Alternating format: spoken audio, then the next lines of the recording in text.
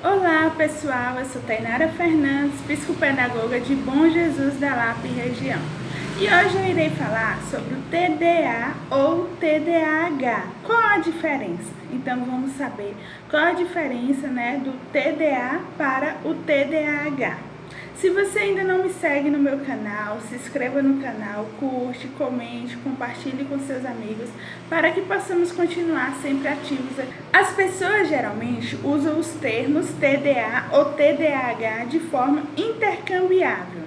A atual terminologia médica correta é o TDAH, ou transtorno de déficit de atenção e hiperatividade, como eu falei com vocês no vídeo anterior. Se você ainda não assistiu o vídeo anterior, vai lá no meu canal e assista o último vídeo que eu venho falando tudo sobre o TDAH. Para melhor explicar, vamos discutir brevemente o idioma usado para descrever os diagnósticos em geral. Terminologia diagnóstica para transtornos psiquiátricos e comportamentais vem do Manual de Diagnóstico e Estatística, o DSM, que é um manual utilizado pelos médicos para identificar, descrever e codificar várias condições. O TDAH, mais especificamente, ele tem sido conhecido por muitos nomes ao longo dos anos, desde que foi registrado pela primeira vez em pesquisas médicas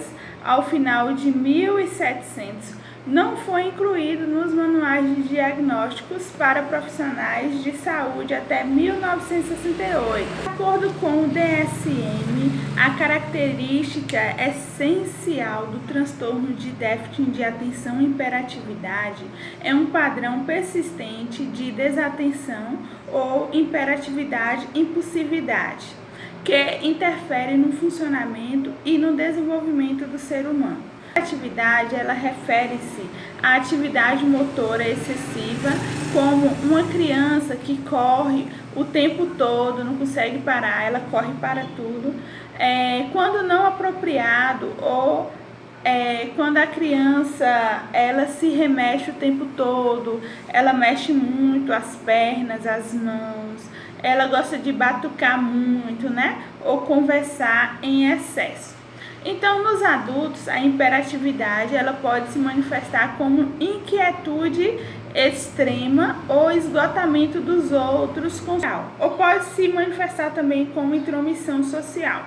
Por exemplo, interromper os outros em excesso, não deixar os outros falarem, ou na tomada de decisões importantes, não levar os outros em consideração. Finalizando sobre esse nosso tema do TDAH, que a gente vem falando desde o vídeo da segunda passada, será que o TDAH é um transtorno moderno? Então, algumas pessoas elas se perguntam se o TDAH é uma nova condição, talvez causada pelos ritmos acelerados da vida moderna.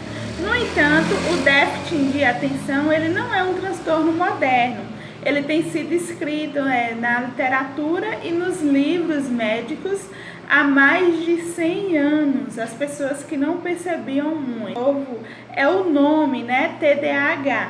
Ao longo dos anos, a mesma condição ela foi chamada de nomes diferentes. Então, como eu citei para vocês em um nome anterior, existiu vários nomes até chegar a esse nome TDAH. Então, na década de 1950, o TDAH era chamado de transtorno do impulso hipercinético.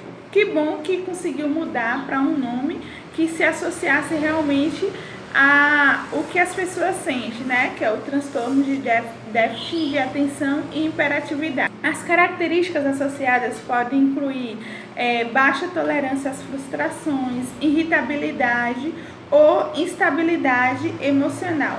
Mesmo na ausência de um transtorno específico da aprendizagem, o desempenho acadêmico ou profissional ele fica prejudicado, aquelas pessoas que têm TDAH. Comportamento desatento está associado a vários processos cognitivos. Então, assim, para diagnosticar se uma pessoa tem TDAH, só mesmo passando por um psicopedagogo, por um psicólogo. Às vezes a pessoa tem dificuldade, ele é impulsivo, ele é hiperativo, mas a escola ela não trabalha em cima disso. Então essas pessoas elas precisam de um trabalho além. É por isso que nós, como psicopedagogo, fazemos esse trabalho de ajudar o próximo que mais precisa. É comumente tratado com medicação, educação ou treinamento, terapia ou uma combinação de tratamentos que pode ser feito. Primeiro, a medicação, para muitas pessoas, os medicamentos para TDAH, eles reduzem a hiperatividade e a impulsividade e melhora a sua capacidade de se concentrar, trabalhar e aprender. A primeira linha de tratamento para o TDAH é os estimulantes. E como funcionam esses estimulantes? Embora possa parecer incomum tratar o TDAH com um medicamento considerado estimulante, é efetivo. Muitos pesquisadores, eles pensam que os estimulantes são eficazes porque a medicação aumenta a dopamina, química do cérebro, que desempenha papéis essenciais no pensamento e na atenção daquele indivíduo. Então, os médicos podem prescrever um não estimulante se uma pessoa ela tiver efeitos colaterais com os estimulantes, ela tiver incômodos, tiver insônia. Os antidepressivos, às vezes, eles são usados para tratamentos de adultos com TDAH. Às vezes, vários medicamentos ou doses diferentes devem ser tentados antes de encontrar o que funciona melhor para aquela pessoa, mas sabendo sempre que é preciso primeiramente passar por um médico, você procurar um psicopedagogo, um psicólogo, um psiquiatra. O uso de medicamentos pode ser uma ótima opção, mas o ideal é que esse tratamento seja combinado, com acompanhamento psicológico ou psicopedagogo. Então, pesquisas comprovam que a combinação de ambos é o que gera maior resultado. Então, a psicoterapia ela é boa por isso, porque garante esse cuidado para o paciente, É preciso estar fazendo aí o desenvolvimento das duas coisas. Como psicopedagogo, eu não trabalho receitando os medicamentos, Eu trabalho com as dificuldades que as crianças têm no ensino-aprendizagem. Então, se eu tiver com uma criança ou um adulto que tem TDAH, primeiramente eu vou identificar, os sintomas dele, como ele é, o comportamento e tal, se ele consegue se concentrar nos estudos, se ele precisa passar por um psicólogo, um psiquiatra, ou se é possível, estar tratando essa pessoa aqui na minha sala de atendimento como psicopedagoga, se é possível ele estar aprendendo aqui sem medicação nenhuma. Então, primeiramente, todo o meu trabalho é sem essas medicações. Se futuramente a gente perceber que aquela criança ou aquele adulto precisa de medicação, aí sim é encaminhado para outros profissionais. Mas, Tainara, como funciona essa psicoterapia que as pessoas tanto falam que ajuda até para aqueles que têm transtorno TDAH? Então, existem diversos tipos de terapia, que foram testados para o TDAH. A psicoterapia, ela pode ajudar pacientes a melhorar os desafios diários, os desafios do dia a dia. Então, para as crianças e adolescentes, a terapia também ajuda pais e professores que interagem com essas crianças e adolescentes com TDAH. Os principais da terapia é tratar de questões como manutenção da rotina. Com a terapia, é possível estabelecer um cronograma e organizar itens do dia a dia para as crianças e adolescentes que têm TDAH.